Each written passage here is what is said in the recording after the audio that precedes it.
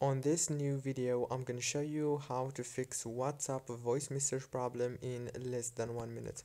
So all what you have to do, guys, is so easy. Just open the settings on your phone. If you have Android or even iOS, it will work for you.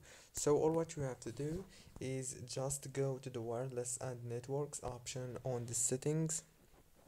Now on this page you will find many options. Or what you have to do is go to Wi-Fi and then disable it and enable it again, and go back, and if you have the mobile network you can do the same thing. Just disable it and enable it again. Now go back and this time go to the apps manager, go to the apps, scroll down until you find WhatsApp, click on it, click here on force stop, and then go to the permissions and make sure that all the permissions are enabled like this, especially the microphone. Don't forget to like, subscribe. Thank you for watching.